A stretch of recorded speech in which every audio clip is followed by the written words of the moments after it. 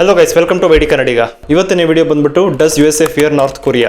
ಯಾಕೆ USA North Korea ಅಂದರೆ ಭಯ ಪಡುತ್ತೆ ಆ್ಯಂಡ್ ಯಾಕೆ ನಾರ್ತ್ ಕೊರಿಯಾ ಯಾವಾಗಲೂ ಅಮೆರಿಕ ಮೇಲೆ ನ್ಯೂಕ್ಸ್ ಆಗ್ತೀವಿ ಅಂತ ಎದುರಿಸುತ್ತೆ. ಬಟ್ ವೇಟ್, USA ಒಂದು powerful country. Technology, population, military ಎಲ್ಲದರಲ್ಲೂ USA ದೇ ಅಪ್ಪರ್ ಹ್ಯಾಂಡ್. ಆದರೆ ಯಾಕೆ USA ನಾರ್ತ್ ಕೊರಿಯಾನ ನೆಗ್ಲೆಕ್ಟ್ ಮಾಡಲ್ಲ? ಬನ್ನಿ ವಿಡಿಯೋನಲ್ಲಿ ನೋಡೋಣ. Number 1, history of north Korea. 1945 world war 2 ಮುಗಿದ ಮೇಲೆ ಕೊರಿಯನ್ ಕಂಟ್ರಿ ಸ್ಪ್ಲಿಟ್ ಆಯಿತು. ಒಂದು ನಾರ್ತ್ ಕೊರಿಯಾಗ ಹೋಯ್ತು, ಒಂದು ಸೌತ್ ಕೊರಿಯಾ ಆಯಿತು. USSR ಅಂದ್ರೆ ಈಗಿನ ರಷ್ಯಾ ನಾರ್ತ್ ಕೊರಿಯಾನ ಸಪೋರ್ಟ್ ಮಾಡ್ತಿದ್ರೆ, USA ಸೌತ್ ಕೊರಿಯನ್ ಸಪೋರ್ಟ್ ಮಾಡ್ತಿತ್ತು. ಸೊ ಈಗ ಏನಾಗುತ್ತೆ ಅಂದ್ರೆ 1950ನಲ್ಲಿ ಕೊರಿಯನ್ ವಾರ್ ಸ್ಟಾರ್ಟ್ ಆಗುತ್ತೆ. ನಾರ್ತ್ ಕೊರಿಯಾ ಸೌತ್ ಕೊರಿಯಾ ಮೇಲೆ ಅಟ್ಯಾಕ್ ಮಾಡುತ್ತೆ. ಈ ಕಡೆ USA ಸೌತ್ ಕೊರಿಯಾಗೆ ಸಪೋರ್ಟ್ ಮಾಡ್ತಿದ್ರೆ, ಈ ಕಡೆ ಚೈನಾ ನಾರ್ತ್ ಕೊರಿಯಾಗೆ ಸಹಾಯ ಮಾಡ್ತಿತ್ತು. ಈ ಯುದ್ಧ 3 ವರ್ಷ ನಡೆದಿದೆ. 1953ನಲ್ಲಿ ಯುದ್ಧ ನಿಲ್ಲುತ್ತೆ. ಯುದ್ಧ ಏನು ನಿಲ್ತು, ಆದರೆ 2 ಕಂಟ್ರೀಸ್ ಮಧ್ಯೆ ಯಾವುದೇ ತರಹದ ಪೀಸ್ ಟ್ರೀಟಿ ಸೈನ್ ಆಗಿಲ್ಲ. ಇದು ತುಂಬಾ ಇಂಪಾರ್ಟೆಂಟ್. ಸೆಕೆಂಡ್ ಒನ್ ಬಂದ್ಬಿಟ್ಟು ನ್ಯೂಕ್ಲಿಯರ್ ವೆಪನ್ಸ್. USA ನಾರ್ತ್ ಕೊರಿಯಾನ ನೋಡಿ ಭಯ ಪಡ್ತಾ ಇರೋದು ಮೇಜರ್ ರೀಸನ್ ಈ ನ್ಯೂಕ್ಲಿಯರ್ ವೆಪನ್ಸ್. ನಿಮಗೆ ಗೊತ್ತಿದೆಯಲ್ಲೋ, ನಾರ್ತ್ ಕೊರಿಯಾನಲ್ಲಿ ಕೂಡ ನ್ಯೂಕ್ಲಿಯರ್ ಮಿಸೈಲ್ಸ್ ಇದೆ. ಸೊ ಕಿಮ್ ಜಾಂಗ್ ಉನ್ ಹೆಂಗೆ ಅಂತಂದ್ರೆ, ಹೇಳೋರು ಕೇಳೋರು ಯಾರು ಇಲ್ಲ.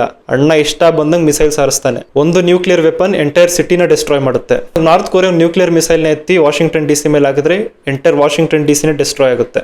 ನಾರ್ತ್ ಕೊರಿಯಾ ಇವಾಗವರೆಗೂ ನ್ಯೂಕ್ಲಿಯರ್ ವೆಪನ್ಸ್ನ ಟೆಸ್ಟ್ ಮಾಡಿದೆ, ಹೈಡ್ರೋಜನ್ ಬಾಂಬ್ಸ್ನ ಟೆಸ್ಟ್ ಮಾಡಿದೆ ಅಂಡ್ ಲಾಂಗ್ ರೇಂಜ್ ಮಿಸೈಲ್ಸ್ನ ಕೂಡ ಬಿಲ್ಡ್ ಮಾಡಿದೆ. ಇವನ್ ನಾರ್ತ್ ಕೊರಿಯಾ ಹತ್ರ ಕೂಡ ಇಂಟರ್ ಕಾಂಟಿನೆಂಟಲ್ ಬ್ಯಾಲಿಸ್ಟಿಕ್ ಮಿಸೈಲ್ ಇದೆ.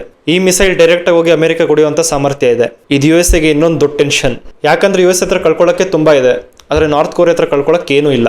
ಸೊ ಅದಕ್ಕೆ USA ನಾರ್ತ್ ಕೊರಿಯಾ ಮೇಲೆ ಅಟ್ಯಾಕ್ ಮಾಡಬೇಕು ಅಂತಂದ್ರೆ 100 ಸಲ ಯೋಚನೆ ಮಾಡುತ್ತೆ. ಅಲ್ಲಿ ಕೂತಿರೋದು ಯಾರು ಹೇಳಿ? Kim Jong Un. ಅಣ್ಣನಿಗೆ ತಲೆ ಕೆಟ್ಟರೆ ಡೈರೆಕ್ಟ್ ಆಗಿ ನ್ಯೂಕ್ಲಿಯರ್ ಬಾಂಬೆ, ಮಿಸೈಲ್ಸ್ ಎಲ್ಲ ಅಣ್ಣನಿಗೆ ಜುಜುಬಿ. Third one is Kim Jong Un, the unpredictable dictator. North ಕೊರಿಯಾಗೆ ಲೀಡರ್ ಈ ಕಿಮ್ ಜಾಂಗ್ ಉನ್. ಅಲ್ಲಿ ಯಾವುದೇ ತರಹದ ಎಲೆಕ್ಷನ್ ಇಲ್ಲ, ಅಪೋಸಿಷನ್ ಲೀಡರ್ಸ್ ಇಲ್ಲ, ಯಾರು ಇಲ್ಲ.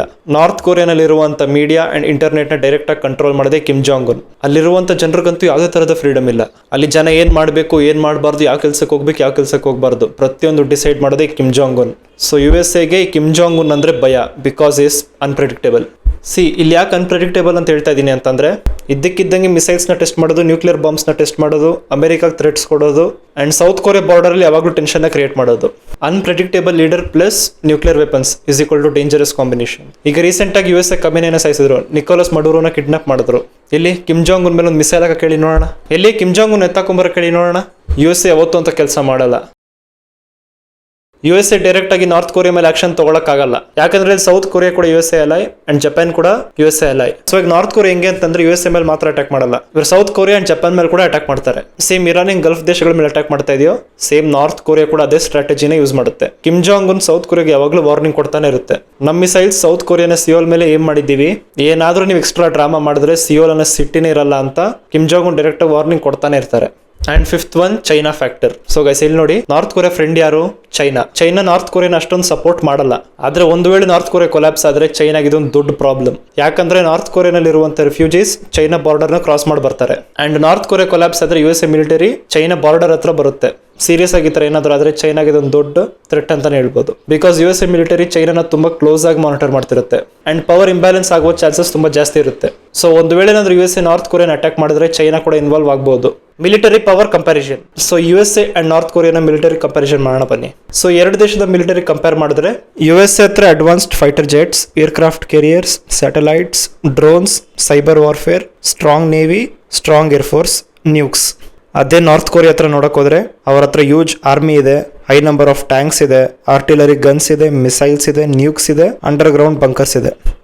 ನಾರ್ಮಲ್ ವಾರ್ ಅಂದ್ರೆ USA ವಿನ್ ಆಗ್ಬೋದೇನೋ, ಆದ್ರೆ ನ್ಯೂಕ್ಲಿಯರ್ ವಾರ್ ಸ್ಟಾರ್ಟ್ ಆದ್ರೆ ಯಾರು ಗೆಲ್ಲಲ್ಲ. ಎರಡು ಕಡೆನೂ ಮ್ಯಾಸಿವ್ ಡಿಸ್ಟ್ರಕ್ಷನ್ ಇರುತ್ತೆ. Seventh one, psychological strategy.